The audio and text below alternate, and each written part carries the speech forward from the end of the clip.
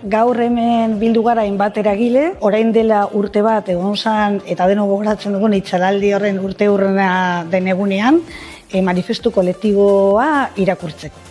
Manifestuaren mamila, dijoa, zelako dinamikak existitzen dien, zelako bortizkeria, ez dela gure estilokoa, eta nola horren aurrean alternatibak piztu daitezken. Orain dela urte bat argi gelditu zen noren menpe gauden, ze autonomia gutxi daukagun eta horren aurrean alternatibak eraiki behar ditugula, egon behar ginen eta egon gara.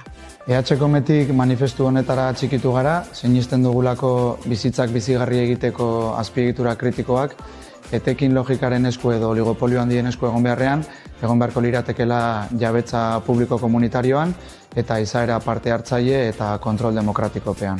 Kontutan eduki behar dugu ez gaudela bakarrik, eragile asko juntatu gerala gaur, gauzak elkarrekin egin behar ditugula, eta eraldatze prozesu hortan transizio ekosozial horren alde elkarrekin egin behar dugula. Itxalaldi gehiago saihesteko, benetako alternatibak pizteko.